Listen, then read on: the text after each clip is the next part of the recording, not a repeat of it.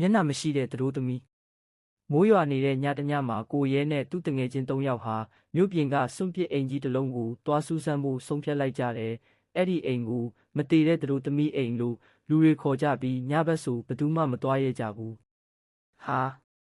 တရဲဆိုတာမရှိပါဘူးကွာလို့ကိုရဲကရဲပြီးပြောတယ်။သူတို့၄ယောက်ဓာတ်မီးတွေကင်ပြီးအိမ်ထဲဝင်သွားကြတယ်။အိမ်ထဲမှာဖုန်ထူနေပြီးအနံ့ဆိုးကြီးထွက်နေတဲ့နေရန်ပေါ်ကဓာတ်ပုံဟောင်းတွေကလည်းမျက်လုံးတွေနဲ့ကြည့်နေတယ်လို့ခံစားရတယ်။အပေါ်ထက်ကိုတက်တဲ့လှေကားနားရောက်တော့ဒုတ်ဆိုတဲ့ခြေတံကြားလိုက်ရတယ်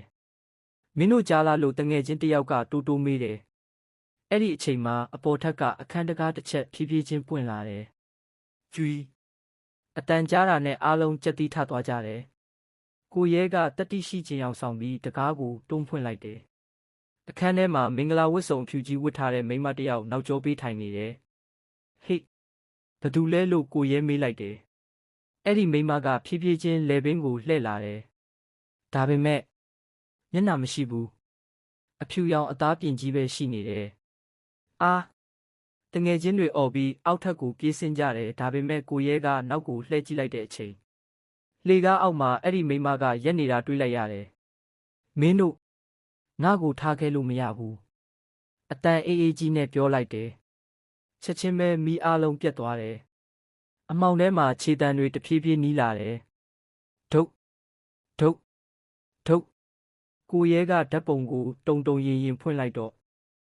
သူ့တငယ်ချင်း၃ယောက်လုံးနံရံနားမှာမျက်လုံးပြူးပြီးရက်နေကြတယ်။ဒါပေမဲ့သူတို့ရဲ့မျက်နှာတွေမရှိတော့ဘူး။ကိုရဲအကြောက်လွန်ပြီးတကားဘက်ကိုပြေးထွက်လိုက်တယ်။အိမ်ပြင်ရောက်ခါနီးမှာနောက်ကနေလက်အေးကြီးတစ်ဖက်ကသူ့ပခုံးကိုဖမ်းကင်လိုက်တယ်။မင်းလဲဒီမှာနေရတော့မယ်။နောက်တနေ့မနက်မှာရွာသားတွေအိမ်ထဲဝင်ကြည့်တော့အိမ်ကြီးထဲမှာလူတစ်ယောက်မှမရှိတော့ဘူး။ဒါပေမဲ့နေရန်ပေါ်ကဓာတ်ပုံဟောင်းတစ်ပုံထဲမှာမင်္ဂလာဝတ်စုံဝင်မျက်နှာမရှိတဲ့မိန်းမဘေးမှာကိုရဲနဲ့သူ့တငယ်ချင်း၃ယောက်ပြုံးနေကြတာကိုတွေ့လိုက်ရပါတော့တယ်